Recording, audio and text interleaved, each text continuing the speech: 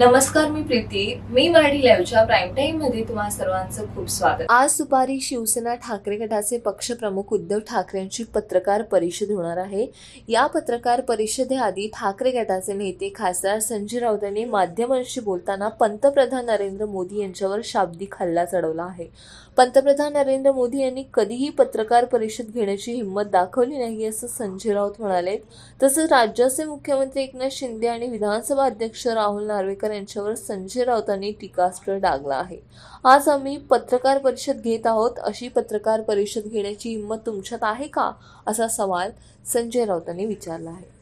अयोध्येतील राम मंदिरात 22 जानेवारीला रामलल्लांच्या अभिषेकाची तयारी जोरदार सुरू आहे. या कार्यक्रमात देशभरात उत्साहाचे वातावरण आहे.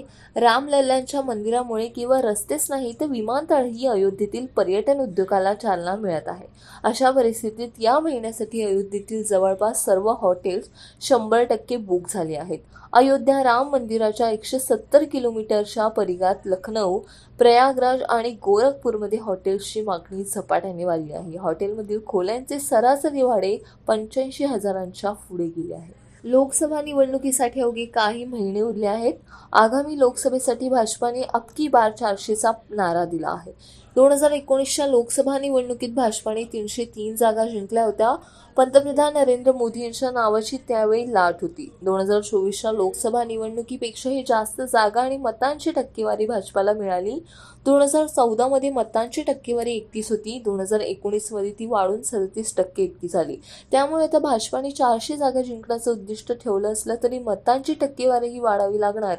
यासाठी भाजपाला यापूर्वी न जिंकलेल्या जागाही जिंकाव्या लागणार आहेत, हे उघड झालं आहे. काँग्रेस नेते राहुल गांधी यांनी एका पाठोपाठ एक मोठे धक्के बसत आहेत. राहुल गांधी यांचे मोठे समर्थक मिलिंद देवरा यांनी नुकताच एकनाथ शिंदे यांच्या शिवसेना पक्षात प्रवेश केला. त्यामागोमाग आता आणखी एक नवी माहिती समोर येत आहे. राहुल गांधी यांनी त्यांची बहीण प्रियंका गांधी वडेरा यांच्यात काही कारणावरून मतभेद आहेत का, यावर एका काँग्रेसच्या वरिष्ठ नेत्यांनी मोठी माहिती दिली आहे. काही दिवसांपूर्वी भाजपाने असाच आरोप केला होता. त्यामुळे ही भाजपाचीच खेळी असावी अशी शंका उपस्थित करण्यात येत आहे. भाजपाच्या या आरोपामुळे देशातील सर्वात जुना पक्ष काँग्रेस पक्ष सर्व काही आलबेल नाही, अशी चर्चा राजकीय वर्तुळात रंगली होती. अयोध्येत आजपासून राम मंदिराच्या प्राणप्रतिष्ठा सोहळ्यास सुरुवात झाली आहे. 22 जानेवारीपर्यंत हा सोहळा चालणार आहे. अयोध्येतील राम मंदिरासाठी रामलल्लांची मूर्ती तयार करण्यासाठी एकाच वेळी 3 मूर्तिकार 3 मूर्ती घडवत होते. त्यात मतदान प्रक्रियेनंतर कर्नाटकातील मूर्तिकार अरुण योगीराज यांची मूर्तीची निवड करण्यात आली. राम मंदिर ट्रस्टचे महासचिव चंपत राय यांनी अरुण योगीराज यांचं कौतुक केलं आहे.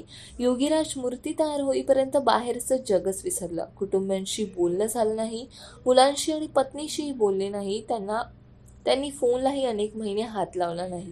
त्यांची मेहनत आणि एकाग्रतेमुळे खूप सुंदर रामलल्लाची मूर्ती तयार झाली आहे. दरम्यान ट्रस्टने अजून या मूर्तीचे फोटो जारी केले नाहीयेत.